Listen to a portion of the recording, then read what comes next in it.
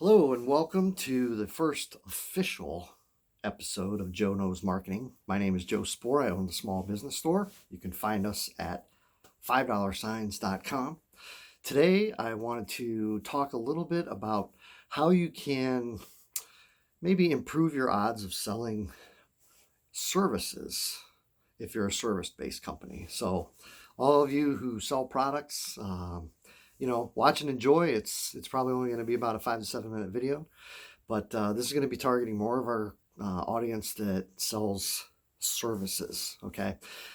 Now, primarily, most businesses either sell a service or goods and products that are, inanimate objects like soap and clothing and shoes and etc.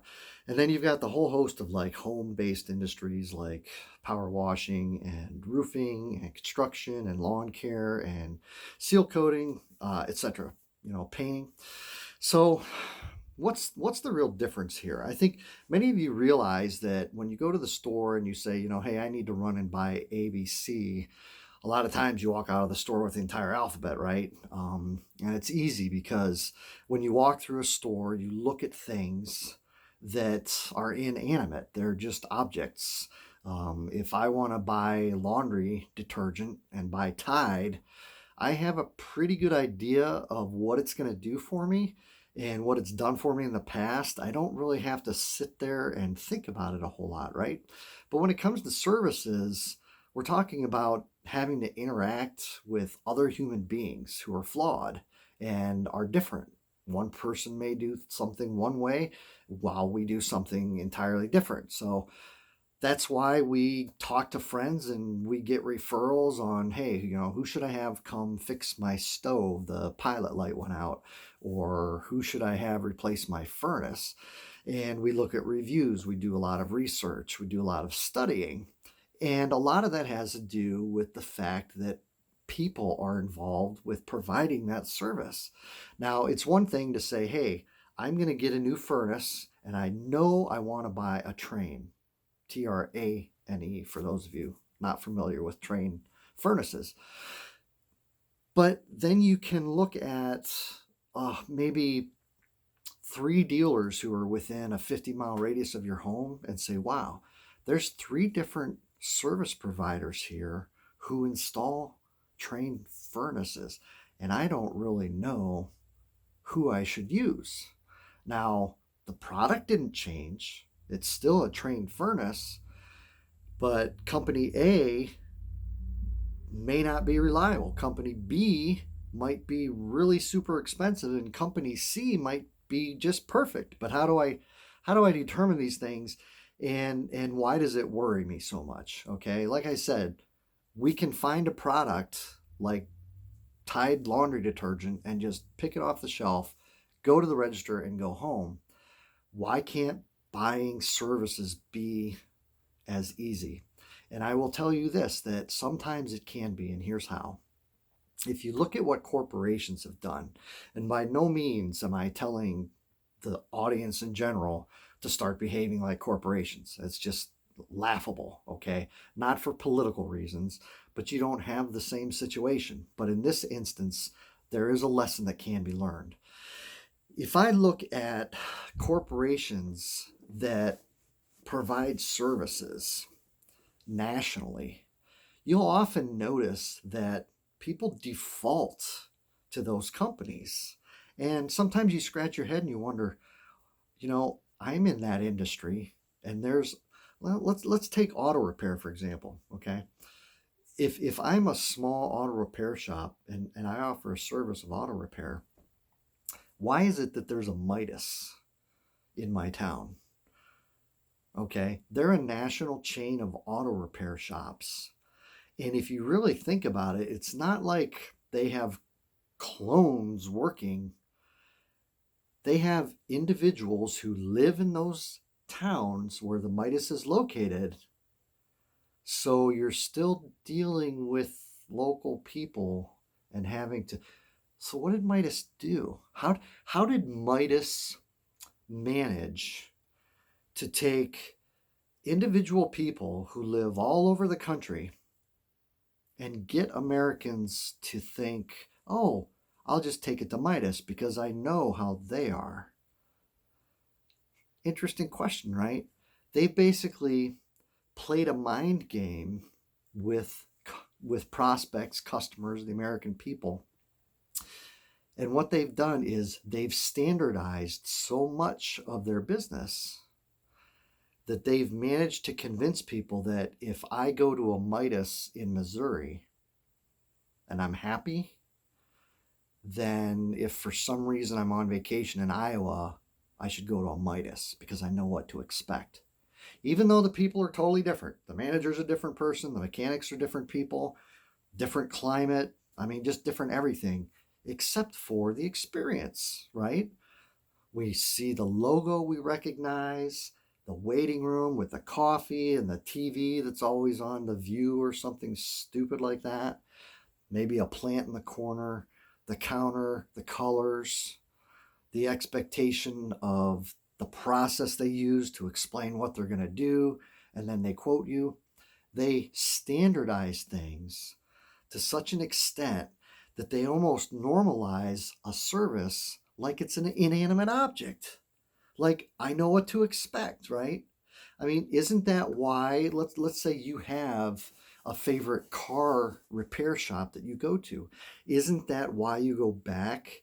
I mean, obviously you're looking for quality and price, but it gets to a point where it's routine, you know what to expect and trust, right? So that's the difficulty that services have. A new restaurant opens up in town. If it doesn't look like it's in a good location, if it doesn't look clean, if they're not selling a certain type of cuisine, people are gonna look at it and question and wonder, okay? They're gonna judge it. But if an Applebee's or a Buffalo Wild Wings moves into town, they'll make a decision to go right now. Why? Because they used to live where there was a Buffalo Wild Wings, and Buffalo Wild Wings is national. So there's no unknown in their mind, okay? So then you ask yourself, okay, well, but see, I'm not a national company. What difference does it make to me that Midas can standardize their service? Blah, blah, blah, blah, blah. I can't do that. I'm a small independent business owner who offers painting services or roofing services in this locale. I mean, it's just me. What do I do? Well, I don't have a specific answer for you. Okay. I can give you an example of what I did. It probably may not be able to apply to you, but it helped me.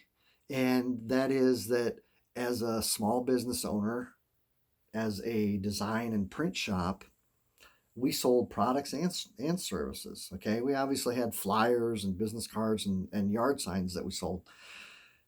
But I also had services like graphic design.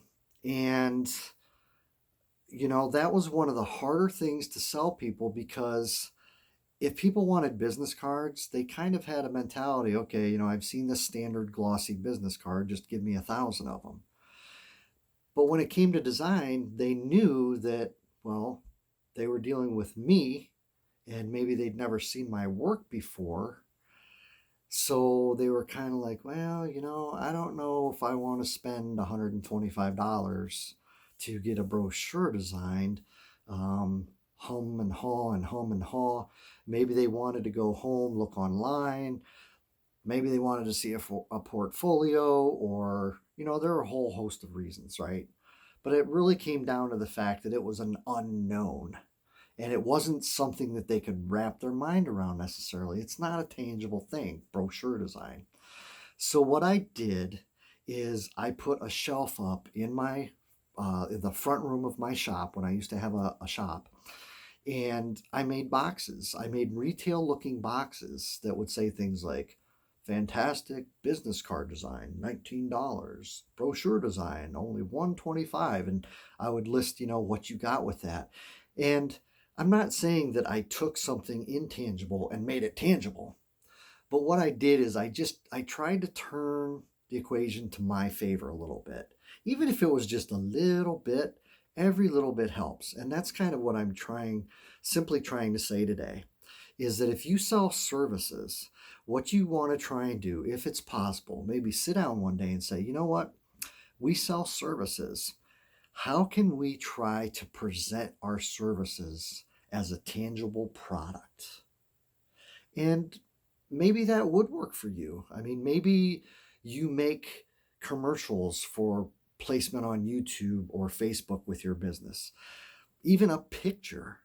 But maybe you have someone make a box for you, and let's say that you are a painter. Maybe you have someone make a box for you that says, whole house special, whatever, and put like make it look like a retail box that you might see at Target or Walmart, right? It's not making that service something animate and tangible, but it's leaning people in that direction. It's at least making some kind of difference rather than just leaving it out there, right? So the concept isn't everyone just start making boxes and trying to sell your services as a box. It's not what I'm saying. I'm just saying, maybe sit down, maybe you can be more creative. Maybe sit down and figure out, man, how can I take my service and try and pitch it as maybe more of a product that people can just say, oh, it's $50. Okay, I'll buy it. Because when people are buying products, it's always an easier decision than it is when you're buying a service. And lastly, I'll say this just as more proof. I realize that the more expensive a product gets, because some of you might be saying, well, Joe, but I charge $500 for my service. It's not like buying a bottle of laundry detergent. I agree. But even so, if you compare something, let's say a flat screen that costs $500, compared to hiring someone to paint your 2 or 3 rooms or one room, I don't know what the rates are, for $500. You have to admit that the amount of thought that's going to go into someone, or that someone's going to put into buying a $500 TV, is going to be less than the amount of effort they put into deciding who they're going to let paint their rooms for $500. Agreed?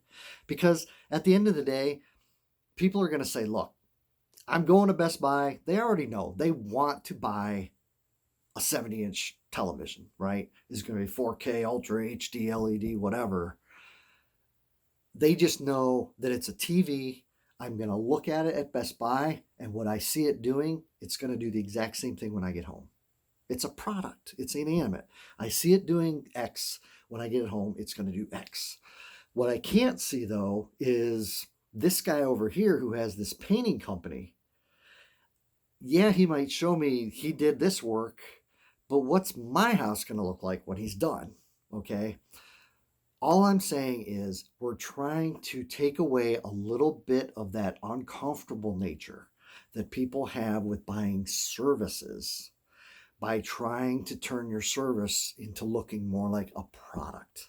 That's all we're talking about today.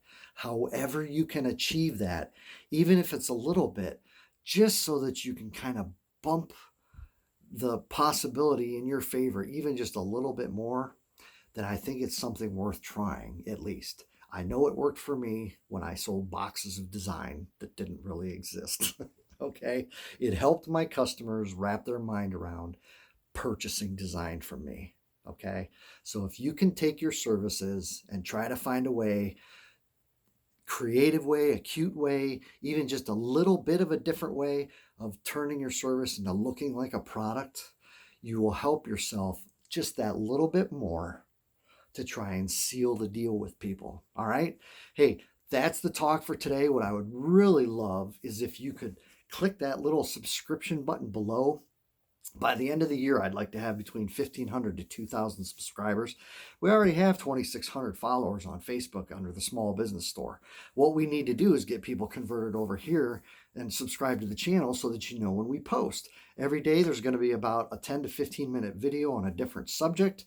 That way, if you don't like what I said today, you can shut me off and just wait for tomorrow. but I guarantee there's going to be stuff that's going to benefit you as a small business owner. Share the channel, subscribe, like our Facebook page at facebook.com/the small business store. Visit us on $5. That's just visit us at $5signs.com. That's the digit 5, DOLLARSIGNS.com, $5 signs. We have great prices on many different products. Hopefully we'll be able to help you in that way. Other than that, this is Joe Knows Marketing, and I will see you tomorrow.